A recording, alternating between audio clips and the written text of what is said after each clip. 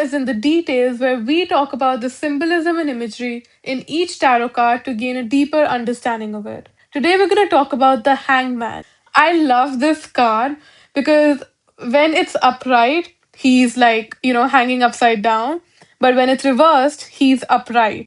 And that's precisely the point of this card because it talks about seeing things from another perspective and having a realization or epiphany because of it. This is shown by the halo around his head, and it's almost like a person who is just wandering around and they're alone with their thoughts.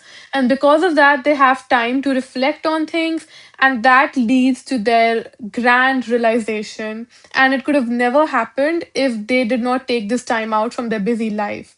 So it's just telling you to, like kind of do nothing so that these epiphanies can reach you. Another thing that I love about this card is the fact that he is hanging on this tree branch, which looks a lot like the wand suit of tarot, because that's supposed to be like a, stick of wood.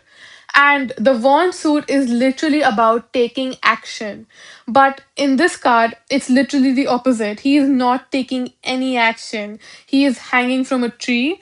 So it's that contrast between the wand being action, but here he is hanging on this huge wand doing no action. This theme is just very, very literal for this card. It's like, confusing, but also kind of makes sense. And it's like another perspective. It's kind of, talking about the fact that, before you take action, you need to think about it and contemplate and kind of even visualize it in your head. And then what you create and what you do can be more meaningful. Another interesting thing about the card is the kind of shape he is making with his body. And I'll be honest, I don't know what the fuck this is supposed to represent. But if anybody knows, then I would love to know, especially if it's like your own perspective, because that's what this series is about.